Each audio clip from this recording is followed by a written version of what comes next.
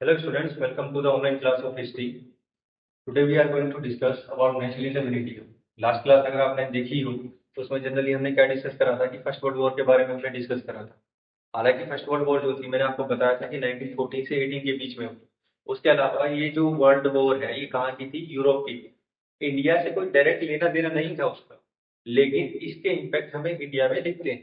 जैसे कि चार रीजन मैंने कल आपको बताए होंगे क्या, कि सबसे पहले वॉर लोन्स का हो जाना, डिफेंस एक्सपेंडिचर का बढ़ जाना, और चीज हमने क्या डिस्कस करी थी। उसके अलावा हमने देखा था कि जो बेसिक नेसेसिटीज थी यानी दाल रोटी चावल, जो कॉमन पीपल्स के लिए रिक्वायरमेंट होती है उनके जो प्राइसेस हैं वो जनरली बढ़ गए। ठीक है। इसके अलावा हमने क्या देखा था, फोर्स रिक्रूटमेंट देखी थी। क्योंकि जनरली होता क्या है, किसी भी वॉर में क्या चाहिए होते हैं, किसी भी वॉर में चाहिए होते हैं सोल्जर्स। सोल्जर्स आप कहाँ से लाओगे? ब्रिटेन के पास इतने तो है नहीं, क्योंकि ब्रिटिश मतलब वॉर भी बहुत बड़ी पूरी पूरी 4 साल तक चलने वाली। तो जनरली उनको किस चीज की रिक्वायरमेंट होगी? सोल्जर्स की रिक्वायरमेंट भी होगी। तो हमें क्या देखने को मिलता है? हमें ये देखने को मिलता है कि हाँ, जो ब्रिटिश इंडियन गवर्नमेंट है उसने क्या करा कि जो गांव वगैरह है, इंडिया के गांव वगैरह से कई सारे जो सोल्जर्स हैं उनको फोर्स रिक्रूटमेंट करा, उससे जबरदस्ती करके सेना में भर्ती करवाया गया। अगर वो नहीं करेंगे तो जो बेनिफिट्स कुछ भी मिलते होंगे नहीं, तो उनको मारा पीटा जाएगा, लेकिन जोर जबरदस्ती करके क्या करा जाएगा? आर्मी में भर्ती करवाया जाएगा। इसी सेम टाइम पीरियड में हमें क्या देखने को मिलता है 1990 और 1920 में, जो हेल्थ वाला पॉइंट भी था कि क्या नाम है, इन्फ्लुएंजा का हो जाना, एपिडेमिक का हो जाना, उसके बदले में क्या नाम है, कोई भी गवर्नमेंट मदद नहीं कर रही थी। तो ये सारे कारण जब बनते हैं तो जनरली क्या होता है, एक नफरत पैदा होती है। किसके लिए? ब्रिटिश एम्पायर के लिए नफरत पैदा होती है कि जो ब्रिटिश गवर्नमेंट है जो इंडिया में बैठी हुई है वो इंडिया के लोगों के लिए काम नहीं कर रही है। और ये चीज तो हम चाहते हैं। जब हमने यूरोप में पढ़ा था नेशन स्टेट, नेशन स्टेट का क्या मतलब था? नेशन स्टेट का मतलब ये था कि हमारी सरकार हमारे बेनिफिट के बारे में सोचेगी, ना कि किसी और चीज के बारे में सोचेगी। लेकिन जब हम बात करते हैं ब्रिटिश इंडियन गवर्नमेंट की जो इंडिया में एग्जिस्ट करती है, वो सिर्फ अपने पेरेंट कंट्री यानी ब्रिटेन के बारे में ही सोच रही है, इंडिया के लोगों के बारे में कौन सोचेगा? एक चीज ये भी है। ठीक है। तो जनरली आप आज जो है हम थोड़ा सा और आगे बढ़ेंगे, हम जनरली क्या देखेंगे, हम एक इंपॉर्टेंट पर्सनालिटी को देखेंगे। देखो 1990 18 तक जनरली ऐसी हो गई थी कि लोग जनरली एक नफरत पैदा कर चुके थे ब्रिटिश गवर्नमेंट के खिलाफ। इसी सेम टाइम पीरियड में ऐसा नहीं है कि पहले इनको हटाने की कोशिश नहीं करी। अगर आपने एक नाम सुना होगा मतलब चीजों का, तो एक नाम है कांग्रेस। ठीक है। चलो कांग्रेस तो ठीक है, मैं आपको एक छोटा सा ब्रीफ दे देता हूँ कि हो क्या रहा है। ठीक है। देख, आपको पता है ब्रिटिश इंडियन गवर्नमेंट कैसे बनी? जनरली की ईस्ट इंडिया कंपनी। तो हुआ क्या था? हुआ ये था, देखो बच्चों, हुआ क्या था कि 1600 की बात हम करते हैं।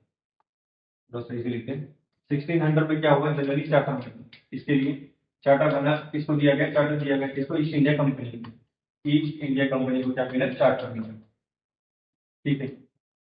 मतलब कंपनी बनाई गई, उस कंपनी का नाम है ईस्ट इंडिया कंपनी। ठीक है। तो इसमें जनरली क्या डिक्लेयर करा गया? इसमें ये डिक्लेयर करा गया कि ये कंपनी ईस्ट के साथ यानी कहने का मतलब हम लोगों के साथ क्या कर सकती है? ट्रेड कर सकती है। ठीक है जी, ट्रेड कर सकती है।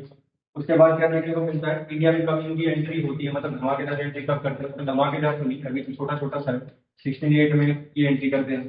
ठीक है। उस टाइम पे अगर आपको याद है तो मुगल एम्पायर था। मुगल एम्पायर उस टाइम पे एग्जिस्ट करता था।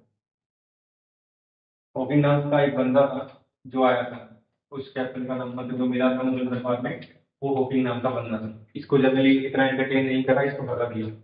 इसके अलावा अगला जो पर्सन आता है वो किससे मिला था? जहांगीर से। ठीक है। जहांगीर से उसने क्या मांगी थी? परमिशन। परमिशन किस चीज के लिए? परमिशन मांगी थी एक फैक्ट्री सेटअप करने की। ठीक है। कि हम लोग जनरली क्या बनाना चाहते हैं? फैक्ट्री बनाना चाहते हैं। एक चीज और, जब हम फैक्ट्री की बात करते हैं, खासकर इंडियन हिस्ट्री में बात करते हैं ब्रिटेन कंटेक्स में, तो फैक्ट्री जनरली किससे बना है? ये बना है, शब्द है फैक्टर। ठीक है। इस फैक्ट्री को, इस वाली फैक्ट्री को आप ये कंसिडर करके ना चलिए कि जिसमें कोई प्रोडक्शन होता होगा ना।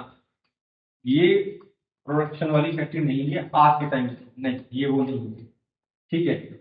ये तो था क्या कि जनरली क्या है, आपने कभी वेयर हाउसेस सुना नहीं? वेयर हाउसेस, वेयर हाउसेस किस लिए बनाए जाते हैं? वेयर हाउसेस बनाए जाते हैं कि जब कोई सामान बन जाता है तो आप उसको यहाँ पर स्टोर कर दो। ठीक है। जैसे for example Apple company, Apple की कोई कंपनी नहीं, मतलब है ही, उसके मोबाइल फोन किसने बनाए? ऐसी बात है, बल्कि में बनाए, हो सकता है कि 5000 पीसीज बनाए, ये 1000 पीसीस वगैरह बनाए तो उसने कहाँ स्टोर कर दिए, वेयर हाउसेस में। अब जब यहाँ पर स्टोर हो गए तो वो जनरली कहाँ पे इसको डिस्ट्रीब्यूट कर सकते हैं अपने रिटेलर के पास बेचने के लिए। ठीक है जी। तो कहने का क्या मतलब है, 1615 के आसपास इनको क्या मिली, परमिशन मिली, क्या नाम है, ईस्ट इंडिया कंपनी को, कि वो क्या कर सकते हैं, फैक्ट्री सेटअप कर सकते हैं। ठीक है, परमिशन टू फैक्ट्री सेटअप। ठीक है, अब थोड़ा सा वो हम आगे फॉरवर्ड कर जाते हैं। ठीक है, यहाँ तक काम बन गया। 1615 तक और कोई इंपोर्टेंट इसमें डेट बनती नहीं है, वो छोटा छोटा वो आपके में है नहीं। अगला आता है 1757 का। ठीक है, ये तो आपने बहुत सुना होगा। ठीक है, 1757 में क्या आता है, बैटल ऑफ प्लासी। ठीक है, बैटल ऑफ प्लासी। ये लड़ाई जनरली किस लिए करी गई थी, सिर्फ इसलिए क्योंकि जो ईस्ट इंडिया कंपनी थी वो क्या चाहती थी कि जो रेवेन्यू उनको मिल रहा है वो किसी तरह से सेव रहे। ठीक है ना, ऐसा ना हो कि जो नवाब, क्योंकि उस टाइम के नवाब और राजा वगैरह होते थे, हर किसी को अपने क्या नाम है रेवेन्यू टैक्सेस की रिक्वायरमेंट होती थी। तो जनरली ये वॉर किस लिए करी गई थी, ये वॉर इसलिए करी गई थी ताकि जो ब्रिटिश का इंटरेस्ट है, ईस्ट इंडिया कंपनी का जो इंटरेस्ट है वो बचा रहे। ठीक है, उसके अलावा 1764 में हमें देखते हैं battle of Buxar. Battle of Buxar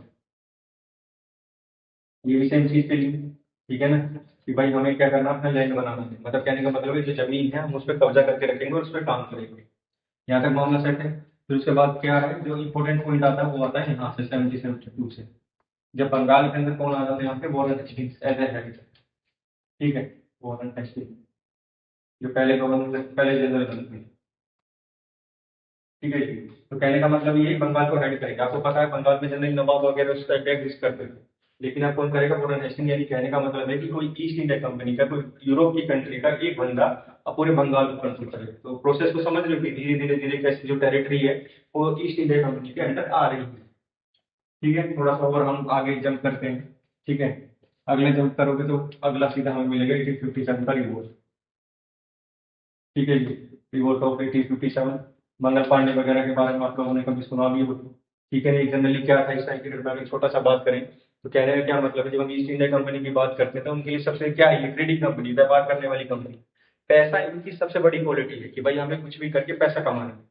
तो वो कोई भी पॉइंट नहीं छोड़ते जहां पर उनको पैसा ना मिले। तो कहने का मतलब है कि इनकी हरकतों की वजह से इंडिया का कोई ऐसा सेक्शन नहीं था जो इनसे परेशान था। हर कोई सेक्शन इनसे परेशान था। इसमें एक बड़ा सेक्शन कौन सा आता है, आपका आर्मी का आता है। ठीक है ना, क्योंकि मंगल पांडे वगैरह सोल्जर्स थे, तो होता क्या था उस टाइम पे कि माना ये जाता कि भाई जो सोल्जर्स वगैरह है, देखो कई सारी चीजें थी, यही कारण नहीं थे, बहुत सारी है, लेकिन आपने कभी जो मुख्य कारण कभी सुना होगा वो ये सुना होगा कि जो कारतूस वगैरह थे, आपने एनफील्ड राइफल का नाम सुना होगा, उस राइफल का नाम एनफील्ड राइफल है। ठीक है ना। ठीक है, तो उसमें जनरली क्या है, जो बुलेट्स वगैरह है, बुलेट वगैरह किससे बनी है, चर्बी से, यानी फैट से, fat of pig and cow. कुछ ऐसा ही आपने कभी सुना होगा।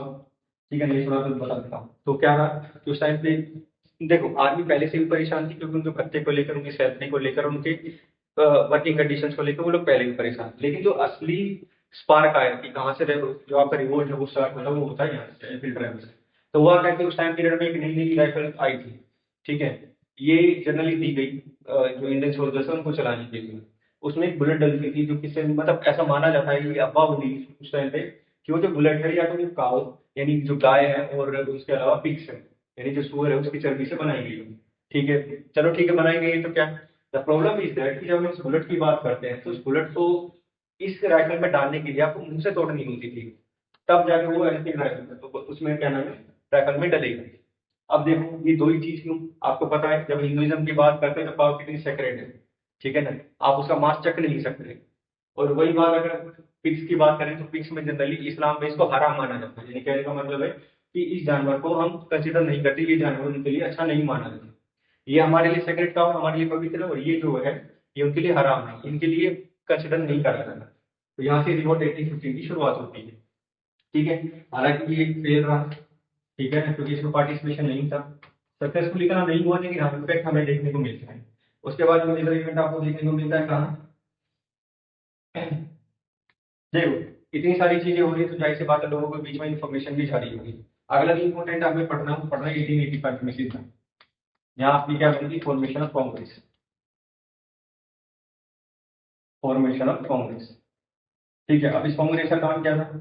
इस कांग्रेस का काम था कि जो ब्रिटिश की पॉलिसी है, ब्रिटिश की एक्सप्लोटेटिव पॉलिसी, यानी कहने का मतलब है जो जानबूझ के इन लोगों ने बनाई है लोगों से क्या नाम है, इसका फायदा उठाने के लिए, मतलब इंडियंस का फायदा उठाने के लिए उनके बारे में जानकारी देना लोगों के बीच में। ठीक है ना? ब्रिटिश एक्सप्लोरेटिव पॉलिसी जो है उसकी अवेयरनेस को फैलाना, उसके प्रति क्या करना, अवेयरनेस करना लोगों को। इसके अलावा आपको पता होगा इस टाइम पीरियड में जो इंडिया था नहीं, जनरली कई सारे हिस्सों में बटा हुआ था, कई सारे नवाब में था, कई सारे कास्ट वगैरह में था। तो कांग्रेस का दूसरा काम क्या था? लोगों को एकजुट करना, यानी कहने का मतलब यूनिटी बनाए रखना, ये कांग्रेस का काम था। ठीक है जी, यहाँ तक मामला सेट है सारा का सारा। इसके अलावा हमने कल क्या पढ़ा था फ्रेंड? फर्स्ट वर्ल्ड वॉर हमने पढ़ा था, जिसमें हमने सारी चीज देखी थी। कांग्रेस अपना काम कर ही नहीं थी, चलो अच्छी बात है, फर्स्ट वर्ल्ड वॉर देख लिया था, सिचुएशन बड़ी टेंस थी। अब इसी टाइम पीरियड में एक व्यक्ति की एंट्री होती है जिसको हम क्या बोलते हैं? गांधी। गांधी। तो एक चीज को समझो, जब कांग्रेस बनी थी, आपको पता है कोई भी ऑर्गेनाइजेशन बनाने का काम किसको जाता है? पढ़े लिखे लोगों को जाता है। ठीक है ना? ये सारे के सारे तो लॉयर्स है, डॉक्टर्स है, वकील वगैरह, वो सारे के सारे किस में थे? आपके कांग्रेस में बनाई 1885 में। ठीक है जी। द प्रॉब्लम इज दैट कि जो पढ़े लिखे लोग होते हैं वो एक कनेक्शन नहीं बना पाए, कहाँ से? मासिस के बीच में। यानी कहने का मतलब है कि जो पढ़े लिखे लोग हैं वो जनरली जो कॉमन कॉमन पीपल्स होते हैं, चाहे फार्मर्स हो, पीजेंट्स हो, किसान वगैरह, उसमें अपनी पहचान नहीं बना पाए। मतलब नीचे वाले जो लोग थे उनको मतलब पता ही नहीं था कि कांग्रेस नाम की कोई संस्था भी बनी है। वो संस्था इस देश को आजाद करवाने के लिए बनी, उनको कोई लेना देना नहीं था, क्योंकि कोई कनेक्शन ही नहीं था। अब मान के चलिए पढ़े लिखे लोग हैं, कोई पेटिशन डालेंगे, कोई न्यूज़पेपर निकालेगा, आपको लगता है कोई अनपढ़ व्यक्ति इस बारे में पढ़ेगा और सोचेगा अरे हाँ यार मुझे तो देश आजाद करवाने में इन लोगों का साथ देना पड़ेगा? नहीं, ऐसा कुछ भी नहीं था। ठीक है? उस कंडीशंस में इस वाले व्यक्ति की एंट्री हुई थी। ठीक है? गांधी का सबसे बड़ा जो कॉन्ट्रीब्यूट माना जाता है, कॉन्ट्रीब्यूशन माना जाता है और जो इम्पैक्ट माना जाता है वो ये क्या है? ये लीडर बन गए, लीडर ऑफ कॉमन मैन। ठीक है ना? तो कॉमन पीपल है उनके लीडर बने। ठीक है, ये इनका सबसे बड़ा इम्पैक्ट माना है। अब थोड़ा गांधी के बारे में भी जान लो कि गांधी थे को, ये लगभग पैदा हुए थे 1867 में, कहा? गुजरात में। ठीक है जी। उसके बाद इन्होंने पढ़ने कहाँ करी अपनी स्टडी? लॉ की स्टडी की करी है लंदन में। ठीक है जी। प्रैक्टिस कहाँ करी है? प्रैक्टिस इन्होंने करी है साउथ अफ्रीका। ठीक है जी, यहाँ तक आपने मामला सेट है। ठीक है जी। पहली चीज हम पढ़ते हैं कि साउथ अफ्रीका की जर्नी, क्योंकि ये है कि चलो ठीक है, इंडिया में जब ये आए थे, इंडिया में ये आते हैं यहाँ पे जनवरी, जनवरी 1915 इंडिया में भी एंट्री हुई है। ठीक, केम टू इंडिया। उसका भी रीजन था कि इंडिया में क्यों आया, क्यों इनको बुलाया गया। ठीक, तो थोड़ी सी हम इनकी साउथ अफ्रीका की हिस्ट्री देख लेते हैं। अगर हम गांधी की बात करें तो जैसी बात ये कहा गई थी, साउथ अफ्रीका गए थे प्रैक्टिस करने के लिए। ठीक है, जब ये वहां पर गए तो वहां जाकर इन्होंने सबसे पहली चीज क्या फेस करी? डिस्क्रिमिनेशन। ठीक है, ये भेदभाव। भेदभाव किस किस के बीच में आपको पता नहीं है शायद। तो होता क्या था कि जब हम साउथ अफ्रीका की बात करते हैं तो वहां पर ब्रिटेन का ही रूल था। वो भी कॉलोनी किसकी थी? ब्रिटेन की थी, मतलब वाइट लोगों की। तो जो और लोग हैं नॉन वाइट्स हैं उनके साथ जनरली क्या होता था? भेदभाव वगैरह होता था। आपने कभी अपार्थाइड की पॉलिसी पढ़ी होगा, आपको इतना तो पता होना चाहिए कि जब अफ्रीका की बात करते हैं, खासकर साउथ अफ्रीका की, तो एक पॉलिसी चलती है अपार्थाइड की पॉलिसी, यानी रंग भेद की नीति। यानी कहने का मतलब क्या है? उसको हम बोलते हैं रंग भेद नीति। यानी कहने का क्या मतलब है इसका? कि रंग के आधार पर, रंग के आधार पर भेदभाव करना, भेदभाव करना। ठीक है जी, ये चीज थी। ठीक है, गांधी साउथ अफ्रीका को आगे, तो सबसे पहले इंसिडेंट इनके साथ क्या हुआ? इनको कहीं जाना था, मतलब एक जगह से दूसरी जगह जाना था, शायद पीटर्सबर्ग समथिंग का ऐसे ही था। तो इनको जाना था, एक जगह से दूसरी जाना था। तो इनको क्या है, इनको मिली फर्स्ट क्लास की टिकट। ठीक, और उस वक्त रूल क्या था? उसमें रूल ये था कि फर्स्ट क्लास की जो डिब्बा हो, आज भी डिब्बे कई सारे होते हैं स्लीपर के, first AC, second AC, third AC के, आप कोई सा भी बुक कर सकते हो, बट ये है कि थोड़े से चार्ज आपको एक्स्ट्रा पे करने पड़ेंगे। लेकिन जब हम उस टाइम पीरियड की बात करते हैं, फर्स्ट क्लास की बात करते हैं, तो फर्स्ट क्लास जनरली जो व्हाइट पीपल्स थे उनके लिए रिजर्व था। उसमें कोई भी नॉन व्हाइट नहीं बैठ सकता था। ये भाई साहब वहां जाकर बैठ गए। इनको लगा कि भाई आएगा तो क्या देंगे, तो टीटी इनके पास आया। कि टीटी के पास पूछे कि भाई आपका डेड बॉडी नहीं, नहीं टीटी नहीं, उससे पहले एक वाइट पर्सन आया, वाइट पर्सन आया पूछा कि भाई ये आपका डेड बॉडी है तो आप यहाँ बैठे हो, आप जगह खाली करो। इन्होंने कहा कि भाई मेरे पास टिकट है, मैं किसी जगह खाली कर दूँ। तो इन्होंने टीटी को बुलाया, नहीं कुछ रेल वगैरह में टीटी हो जाए तो चेक करके, तो उन्होंने क्या करा, उन्होंने कहा कि भाई, उन्होंने गांधी को उठाया क्योंकि हल्के फुल्के से थे और क्या नाम है स्टेशन पर फेंक दिया बाहर की तरफ। ये इनका पहला इंसिडेंट था जहां इन्होंने ऐसा फर्स्ट वाला डिस्क्रिमिनेशन फेस करा साउथ अफ्रीका में। ठीक। अब गांधी के पास दो सिचुएशन बच रही है, फिर कौन सी, या तो वो यहाँ से चला जाए या फिर वो रहे।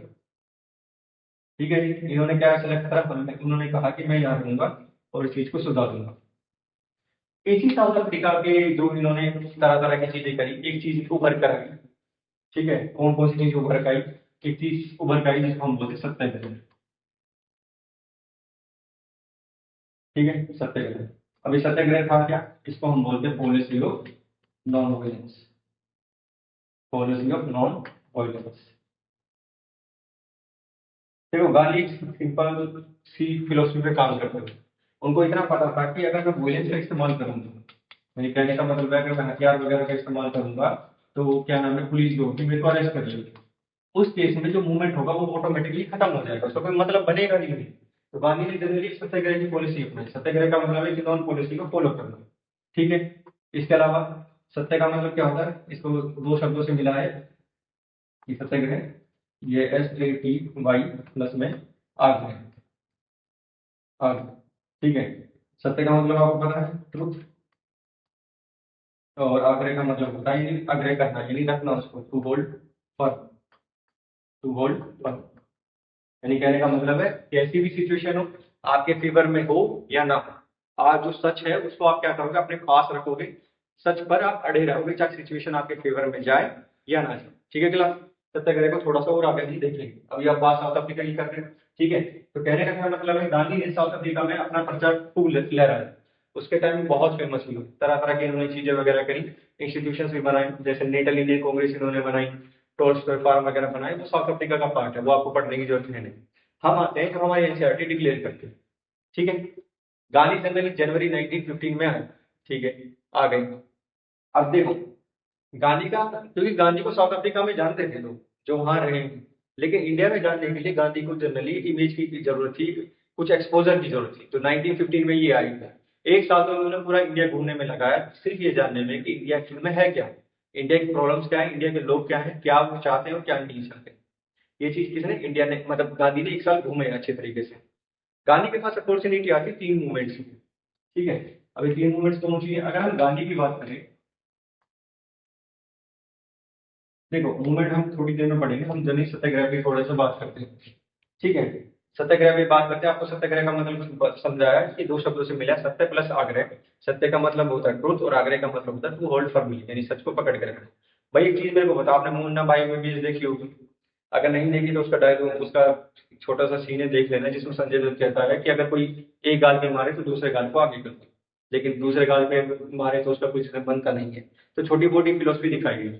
तो गांधी जी क्या कहते थे, गांधी जी ये कहते हैं कि अगर आपका जो पोज है यानी जो रीजन है अगर वो सच है तो आपको फिजिकल वायलेंस की रिक्वायरमेंट है नहीं। क्या कहते हैं गांधी, गांधी कहते हैं कि हम लोग कोई चीज चाहते हैं, ठीक है ना, जैसे फॉर एग्जाम्पल मान के चलिए आप अपनी गली में एक वाटर कूलर लगवाना चाहते हैं क्योंकि गर्मी बहुत ज्यादा है, नहीं भाई गर्मी बहुत ज्यादा है, कोई भी अगर स्ट्रेंजर है आसपास घूमने आएगा या कोई व्यक्ति हो सकता है, जानवर हो सकता है, आप उसके लिए पानी की व्यवस्था करवाना चाहते हैं, रीजन आपका अच्छा है, लेकिन इसका मतलब ये जरूरी ना है कि आप धरना वगैरह दो, नहीं। तो आप जनरली क्या करते हैं, पीसफुल प्रोटेस्ट करते हो। सेम चीज गांधी जी कहते थे कि अगर आपका रीजन सही है, यानी कहने का मतलब है जिस चीज के लिए आप लड़ रहे हो अगर उसका रीजन सही है तो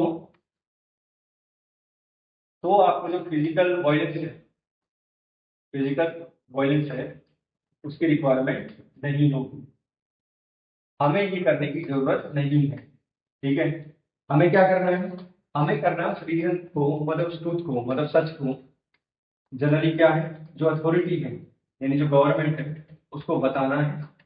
ठीक है, और कहने का मतलब है कि जो उनकी कॉन्शियसनेस है यानी उनकी जागरूकता है उसको थोड़ा सा क्या करना है, टच करना है। ठीक है क्लास, इस चीज को ऐसे समझा जाता है।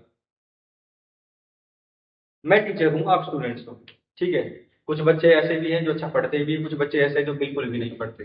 ठीक है, और ज्ञान एक ऐसी चीज है जिस तरह मैं मानता हूँ कि आप जोर जबरदस्ती करके किसी को कोई चीज नहीं सिखा सकते। नहीं, आप चलो 12th क्लास में, 10th में हो, कल 12th में भी हो जाओगे, आधा मार के 2 या 3 साल है आपके स्कूल के लिए।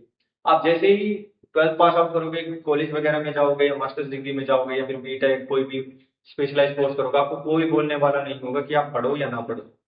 ठीक है, लेकिन उसके बावजूद भी क्या होगा कि आप खुद पढ़ना स्टार्ट कर दोगे।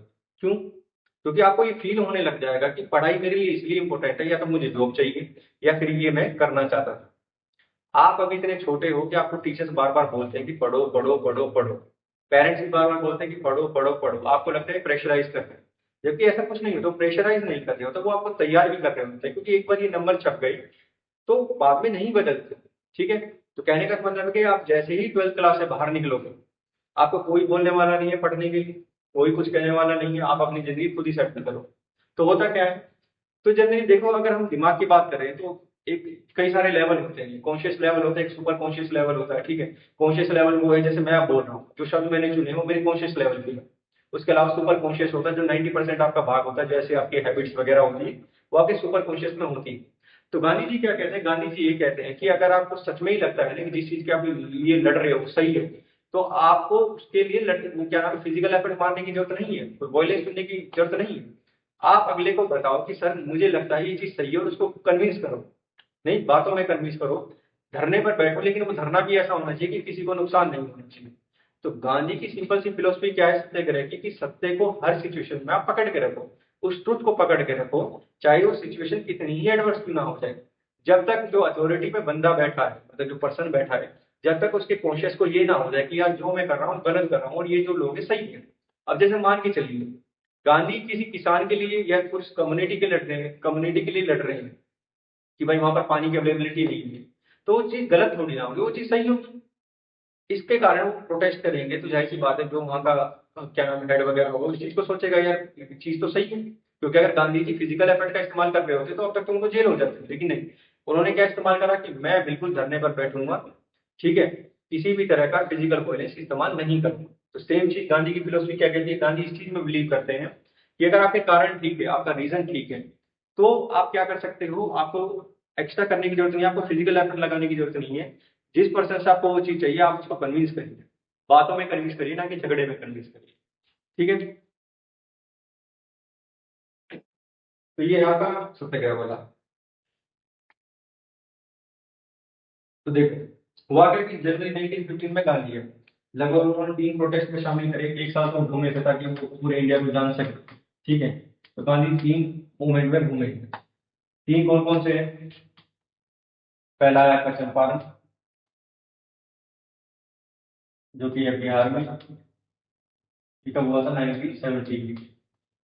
ठीक है, अगला चंपारण के बाद आपका खेड़ा, गुजरात में, सेम ईयर 1917। अगला है अहमदाबाद, ठीक है, गुजरात में, 1918। देखो इसमें से छोटी छोटी चीज समझो। जब हम जापान की बात करते हैं, बिहार की, मतलब 1917 में हुआ था, जनरली था क्या कि वहाँ के जो किसान थे, यानी जो फार्मर्स थे, उनको जनरली फोर्स करा करता था किसके लिए, इंडिगो कल्टीवेशन के लिए, कि आपको इंडिगो उगाना है। ठीक है, यानी नील की खेती करनी थी। क्यों? अगर टाइम पीरियड देखो तो फर्स्ट वर्ल्ड वॉर का टाइम पीरियड है, जो कंपनीज जो फैक्ट्रीज वगैरह बनाती थी इंडिगो उस टाइम पीरियड में वो खत्म हो गई।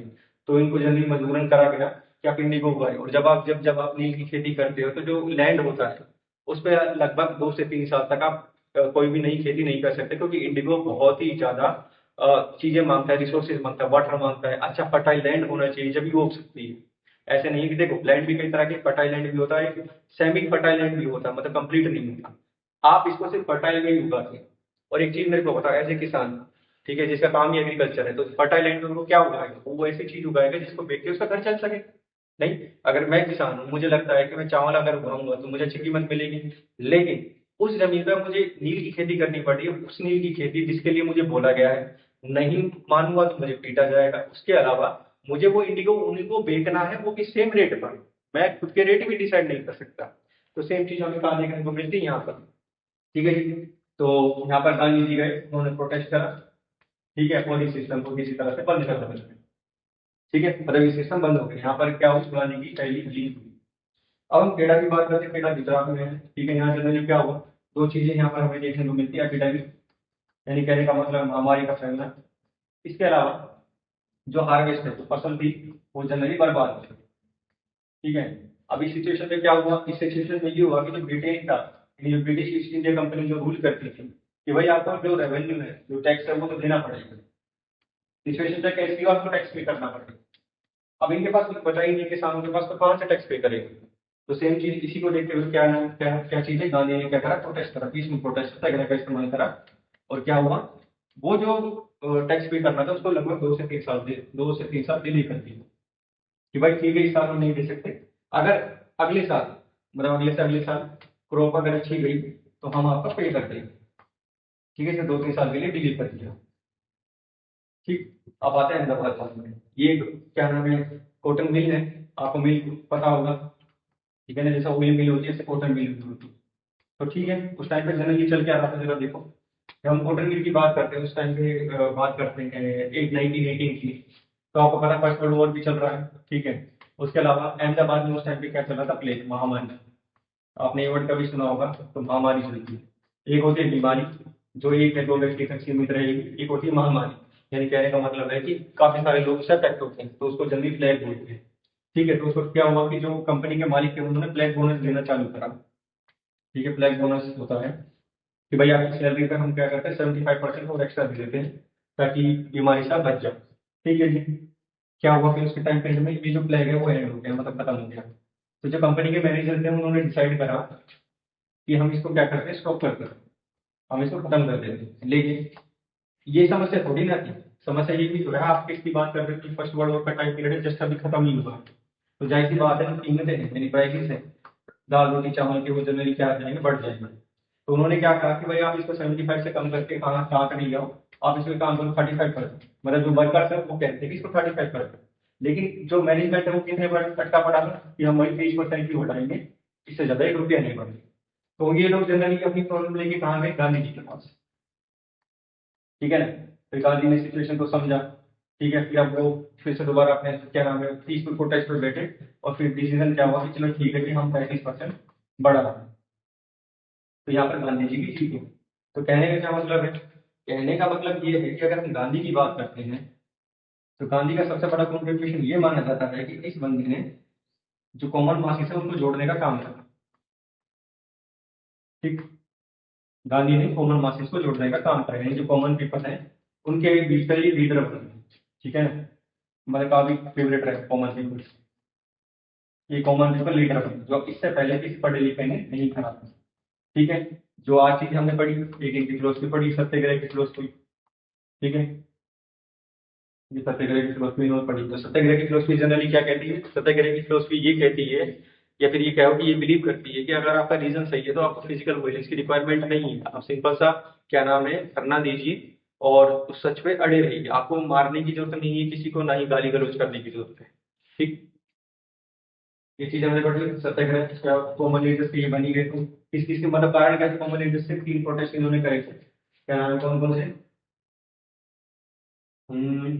3 प्रोटेस्ट इन्होंने करे थे जो कि इंपॉर्टेंट है। सबसे पहले चंपारण बिहार के अंदर इंडियन कल्टीवेशन के लिए, उसमें ये जीत गए। सेम चीज गुजरात खेड़ा में एपिडेमिक के कारण ये लोग जीते। ठीक है, अहमदाबाद में गुजरात में कॉटन मिल थी, कॉटन मिल में जनरली प्ले बोनस दिया जाता था, वो एंड करके जनरली क्या होगा, एंड तो उन्होंने कर दिया। लेकिन ये था कि इन्फ्लेशन का टाइम था, क्योंकि महंगाई बढ़ जाती है वॉर के टाइम, क्योंकि प्रोडक्शन उतना नहीं होता। तो गांधी ने फिर से इसको 35 लाने की कोशिश करी। तो इस कारण हमें क्या देखने को मिलता है, हमें ये देखने को मिलता है कि 1990s और 1920s के आसपास एक लीडर इमर्ज होता है। वो लीडर जो एक्चुअल में लीडर है किसका, कॉमन पीपल का, जो लोगों की भावनाओं को समझता है।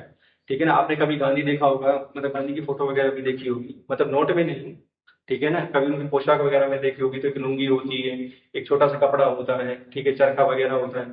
तो इस सारे के सारे क्या है, ये सारे के सारे सिंबल्स हैं। ठीक है ना, अगर हम कभी इंडिया की बात करते हैं, कभी पास्ट में फोटो उठा के देखते हैं, तो जनरली आपको सारे क्या लुंगी या धोती में मिलेंगे।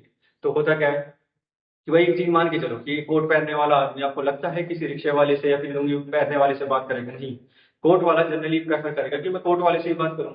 ठीक है ना, तो गांधी जनरली क्या है, ये कॉमन लीडर के सॉरी कॉमन पीपल के लीडर बने और अपने आप को इन्होंने एसोसिएट भी करा है कॉमन लोगों के साथ अपने पहनावे से, ठीक है ना, कि भाई मेरा पहनावा भी यही, मैं भी तुम लोगों में से हूँ, मैं अलग नहीं हूँ, ठीक है ना। ये गांधी की सबसे बड़ी अचीवमेंट रही है। ठीक है क्लास, बाकी का टॉपिक हम नेक्स्ट क्लास में करेंगे। ठीक है, बाय।